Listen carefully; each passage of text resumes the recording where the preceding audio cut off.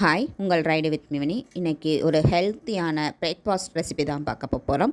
இந்த காலையிலேயே இந்த மாதிரி வெஜிடபிள்ஸ்லாம் போட்டு ஹெல்த்தியாக பண்ணி கொடுக்கும் பொழுது அந்த டே முழுவதுமே வந்துட்டு ஒரு ஆக்டிவாக, அதே சமயம் வந்துட்டு எனர்ஜிட்டிக்காக இருக்கும். ஸோ வாங்க இந்த ஹெல்த்தியான கஞ்சி எப்படி ப்ரிப்பேர் பண்ண போகிறோம் அப்படிங்கிறத இந்த வீடியோவில் பார்க்கலாம்.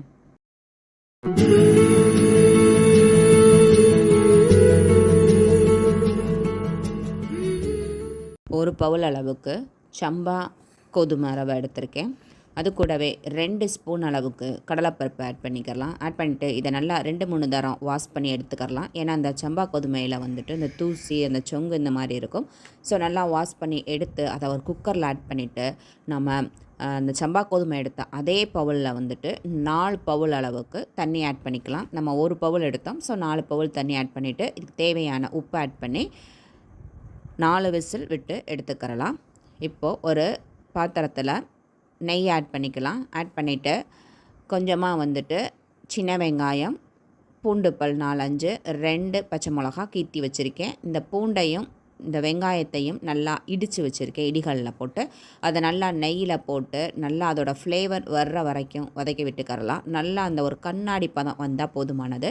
ஒரு 2 கேரட், ஒரு 10-15 பீன்ஸை இந்த மாதிரி பொடிசாக கட் பண்ணி வச்சுருக்கேன். அதையும் இது கூடயே வந்து ஆட் பண்ணிக்கிறலாம். ஆட் பண்ணி நல்லா வந்துட்டு இந்த வெங்காயம், பூண்டு இது கூடயே வந்து நல்லா வதக்கி விட்டுக்கரலாம். நல்லா ஒரு நிமிஷத்துக்கு மீடியம் ஃப்ளேமில் வதக்கி விட்டதுக்கு அப்புறமா கட் பண்ணி வச்ச ஒரு தக்காளி, கொஞ்சம் உப்பு, அதாவது இந்த காய்க்கு தேவையான உப்பு ஆட் பண்ணி நல்லா வந்து மிக்ஸ் பண்ணி விட்டுக்கரலாம். நல்லா மிக்ஸ் பண்ணி விட்டுட்டு அது கூடவே ஒரு கையளவுக்கு கட் பண்ணி வச்ச மல்லி இலை, ஒரு கையளவு புதினா இலை ஆட் பண்ணி நல்லா மிக்ஸ் பண்ணி விட்டுக்கரலாம். மிக்ஸ் பண்ணி விட்டுட்டு அந்த காய் வேகிற அளவுக்கு நம்ம தண்ணி ஆட் பண்ணிக்கலாம். அதாவது நான் அந்த பவுலில் வந்துட்டு 1 பவுல் அளவுக்கு தண்ணி ஆட் பண்ணியிருக்கேன்.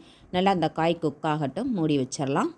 இங்கே குக்கர் நல்லா விசில் போயிடுச்சு. பாருங்கள் எவ்வளோ திக்காக குக்காகி வந்திருக்கு அப்படின்னு சொல்லிட்டு. இதில் பார்த்தீங்கன்னா அந்த சம்பா கோதுமை ரவை வந்து நல்லா குக்காகி இருக்கும். கடலைப்பருப்பும் குக்காகி, ஆனால் மசிகிற அளவுக்கு இருக்காது. கொஞ்சம் கடித்து சாப்பிட்ற மாதிரியான பக்குவத்தில் குக்காகி இருக்கும். ஸோ இந்த மாதிரி தான் வந்து குக் பண்ணி எடுக்கணும். அப்போ தான் சாப்பிடும் பொழுது அந்த கடிபடும் பொழுது ஒரு டேஸ்ட்டாக இருக்கும்.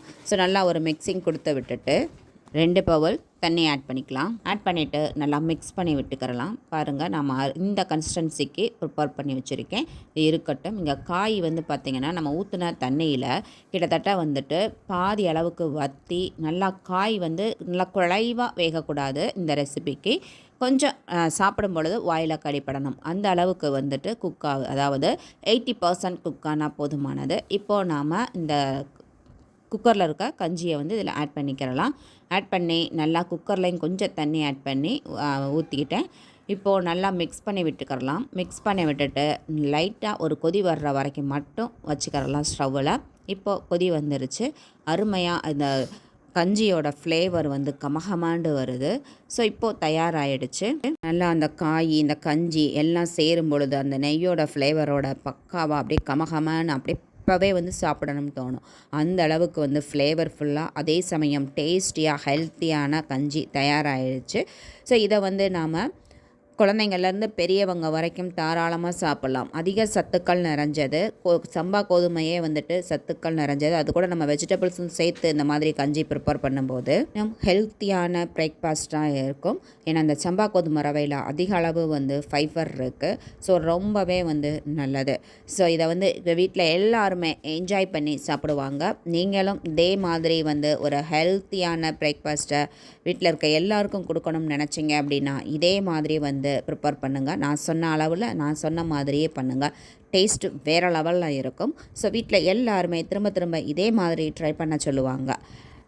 ட்ரை பண்ணி பார்த்துட்டு எப்படி இருந்துச்சு அப்படின்னு எனக்கு கமெண்ட் பண்ணுங்கள். நம்ம வீடியோவை பார்த்து பிடிச்சிருந்தது அப்படின்னா உங்கள் ஃப்ரெண்ட்ஸ்க்கும் நெய்பருக்கும் ஷேர் பண்ணுங்கள். நம்ம சேனலை புதுசாக பார்த்தீங்க அப்படின்னா மறக்காமல் சப்ஸ்கிரைப் பண்ணுங்கள். இன்னொரு யூஸ்ஃபுல்லான வீடியோவில் உங்களை சந்திக்கிறேன். தேங்க்யூ.